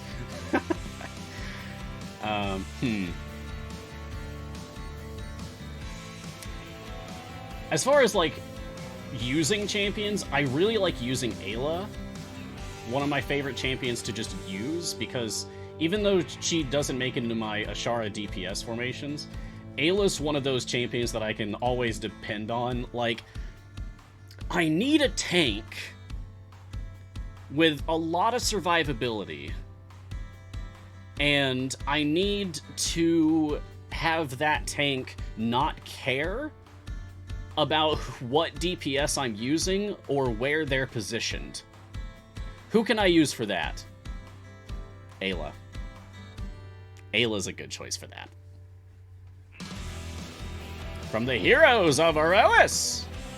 Yeah, Ayla's a really great tank support debuffer for that. I have to ask, what's your favorite Bardic Inspiration song today? Says Martin. It's probably Won't You Be My Friend, just because I had to talk about it earlier, and so it's just playing on loop in my brain right now. Firedale 2002, do you have any off time to stream your own stuff, or do you only stream for CNE? Alright, Firedale. Back in August, I decided, you know what? I love streaming. I have streamed on my own channel many times in the past, but I'm going to make an honest go at rising up as a streamer on my own channel. I'm going to stream like every day. I'm going to have a schedule. I'm going to tell people ahead of time. I'm going to like announce stuff on social media. And I really went for it. And I think it went really well. Like I ended up with over 1,000 followers on my own Twitch channel, which enabled me to get an Epic creator code so that I could get kickbacks from people purchasing things on the Epic store, which is cool. But life happened, as life often does. I got busy traveling, essentially, and ultimately, now, I've landed on streaming as my full-time job for Codename Entertainment. So, by the time I get off of work, streaming my show and producing other shows, I am too tired to stream. So, there goes my daily streaming on my own channel, and any of those schedules and plans and such. It's exhausting. If you've never streamed before, it takes a lot out of you, actually. It's a lot of mental energy that you're putting out in the world. So, especially me, because I tend to be very, like high energy for a streamer. So if I stream again, it'd probably be on weekends, or if I have time off of work.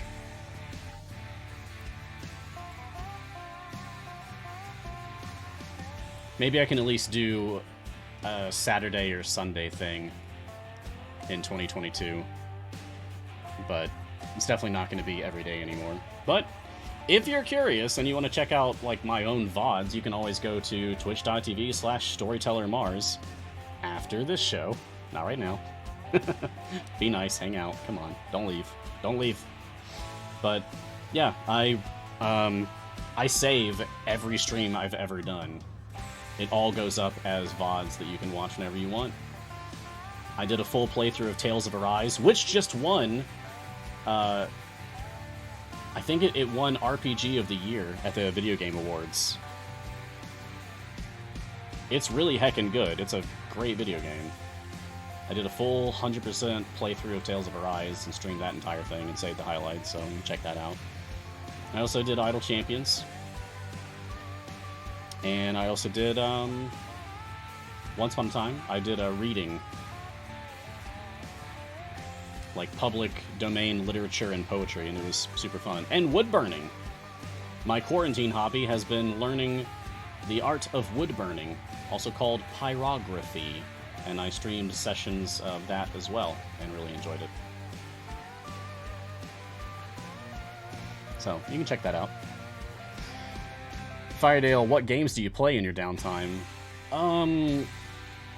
Animal Crossing New Horizons. I've been getting more into that with the 2.0 update, just like a little bit here and there. Pokemon Brilliant Diamond.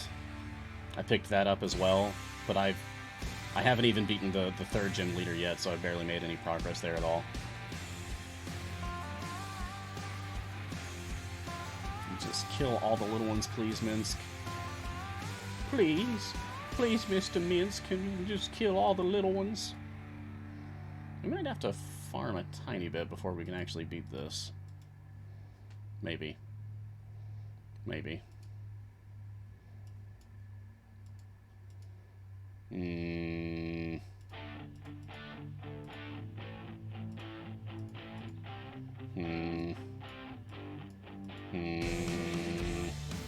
I don't like our prospects right here.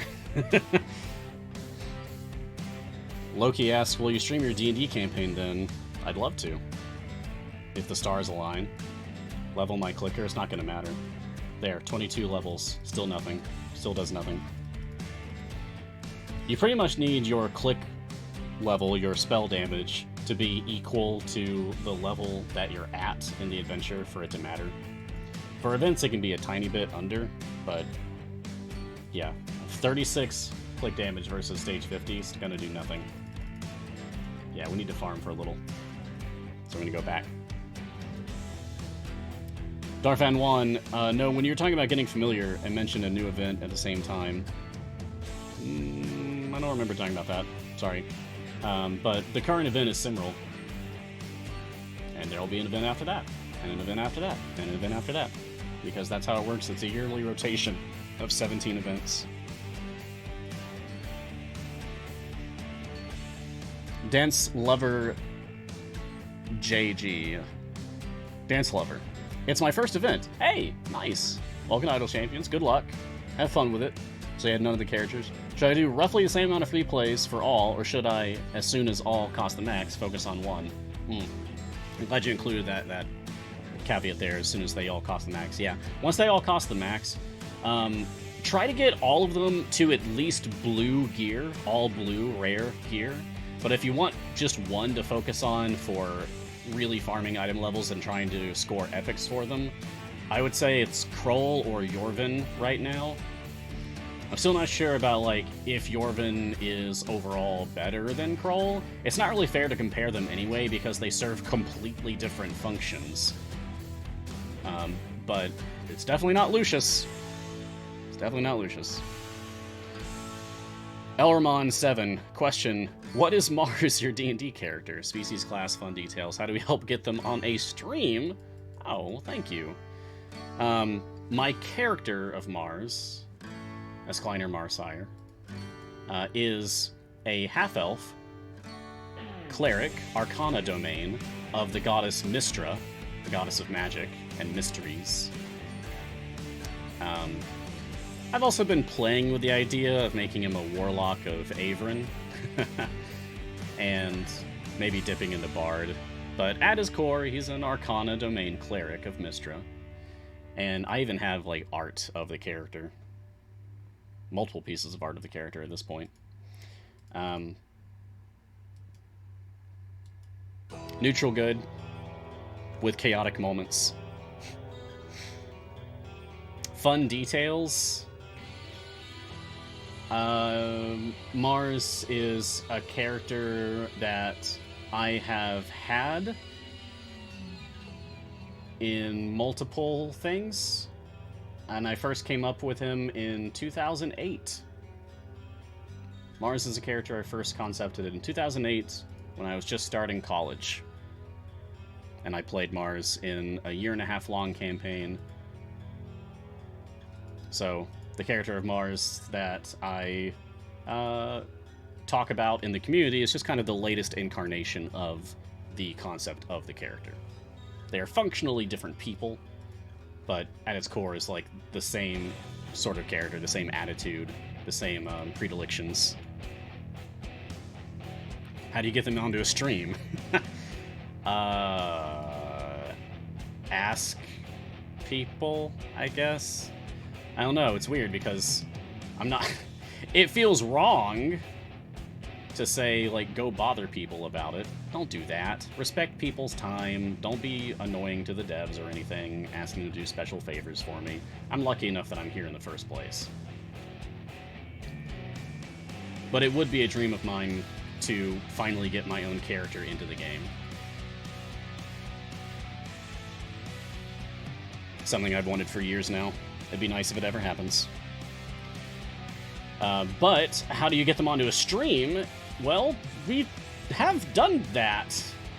It's been a while, but 4 times we've had a Storyteller Mars Presents D&D game. You know what? I'm going to switch to my main game since nothing is happening here. We're just farming. There you go. This is more interesting. We're on 950 now, 954, and moving forward. I've got 10 minutes to burn.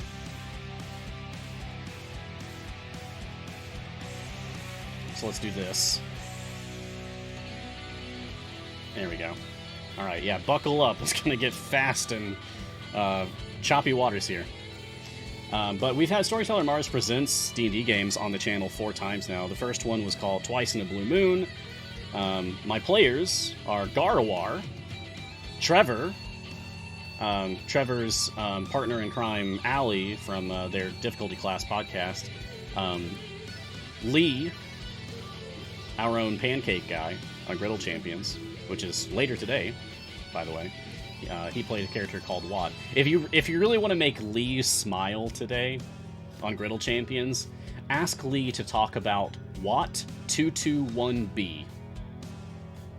I think that would make him very happy.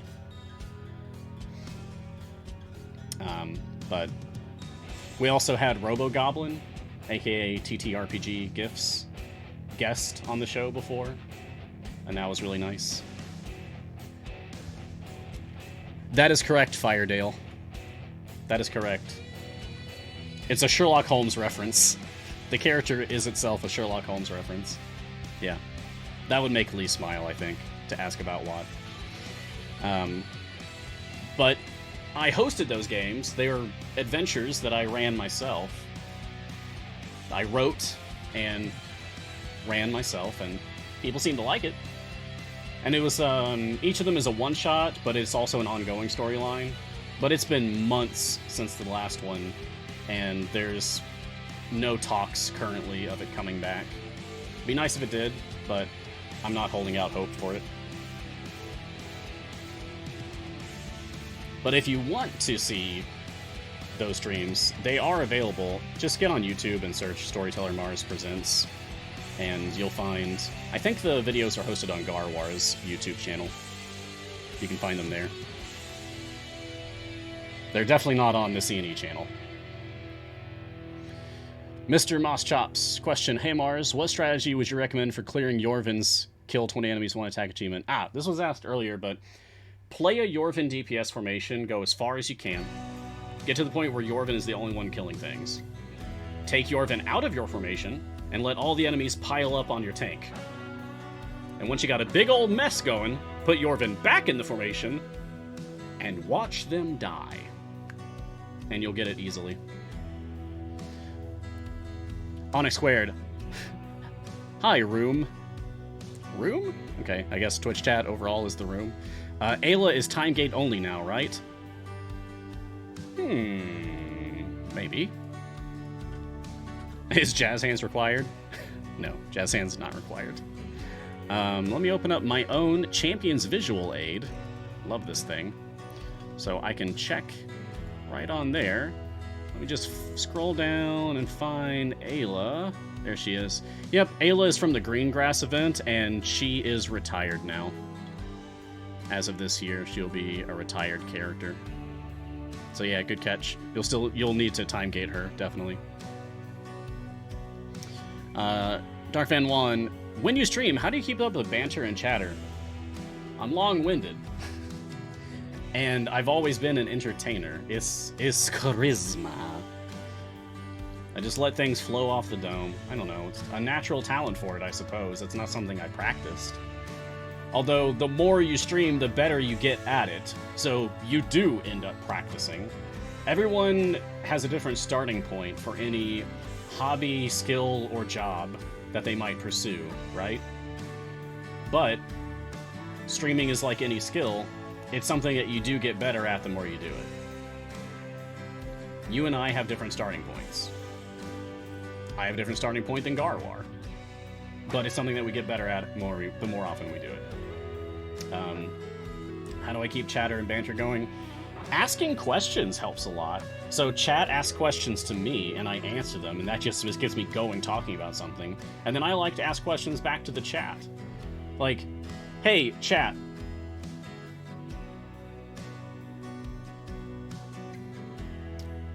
Pulse check for the community right now. Yorvin versus Kroll, who are you focusing on? And why?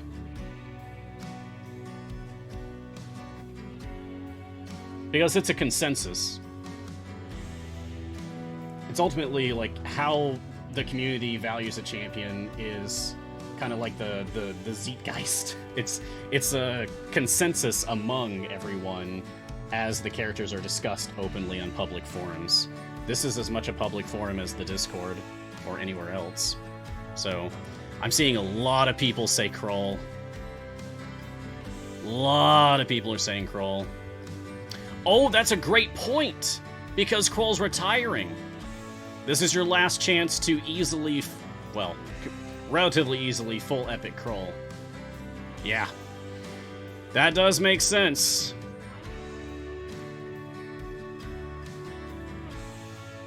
Some people are focusing Yorvin now that their Kroll is filled up. Yeah.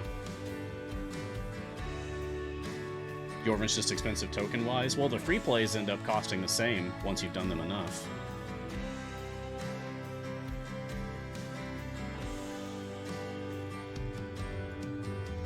I'm expecting this free play is going to get to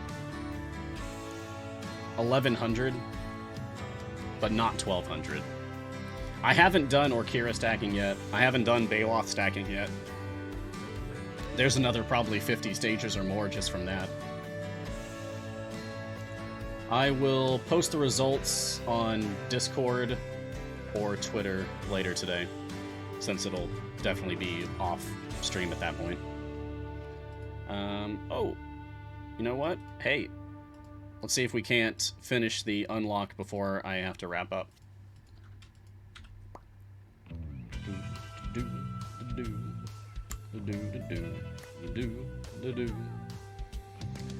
Ooh, more health or more shield?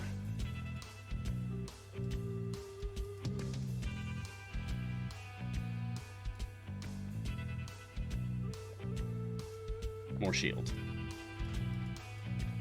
Alright. Oh, we've totally got this now. We totally got this now. This is going to be a Lucius unlock. Easy, easy, easy. Okay, that takes us to 60 questions. See if I can get a couple more while we're killing this thing. Loki Gromroll, any C&E woodcrafting? Like, officially? Dave, one of the founders, also likes doing crafts. In fact, this is cool. He works with metal. He made these coins as a gift for me. They're pure copper. He made these coins as a gift for me when I went up to visit the offices for Extra Life. But he also works with wood. Not as much as metal, I think, but, yeah. It would be amusing if Dave and I had, like, a wood crafting stream. Yeah, it'd be funny. Maybe we can do it as an Extra Life thing. I don't know. But hey! We beat it. We beat the Lucius unlock run, so I'll be able to finish this. And this will be unlocking Yorvin, Kroll, and Lucius on a brand new account. I don't even have an E number for my Torm favor yet. Wow. Yeah, there you have it. Thank you, everyone. I gotta boogie now. I gotta hang up the phone. End the stream, that's it. Wow. Why am I struggling so much today? But thank you all for joining me for this episode of Mars Guiding Hand. I will see you all again next time. Next time will be Monday, 7 o'clock a.m. Pacific time. Check out all the other awesome shows that we have. Coming up later, we've got Griddle Champions, so come back for that. Say hello to Lee for me. I will be moderating for that one, so I'll also be there, just off camera. You can follow Idle Champions on social media. You can find me on Twitter at Ryan Blake Hall.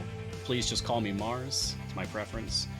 Thank you to Codename Entertainment, as always, for the opportunity to give back to this community that I love so much and play the game that I love so much. Thank you to Martin, my moderator for today, the other M. Literally couldn't do it without you, buddy. Appreciate it.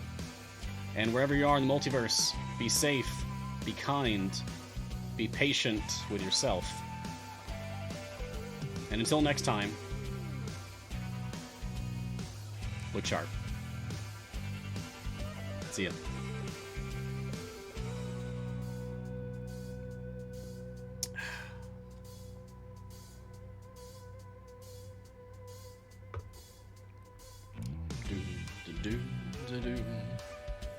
Do. Oh, thanks for saying that's a nice transition. Thanks, I really worked on that. It's a custom job on that transition. Bye-bye.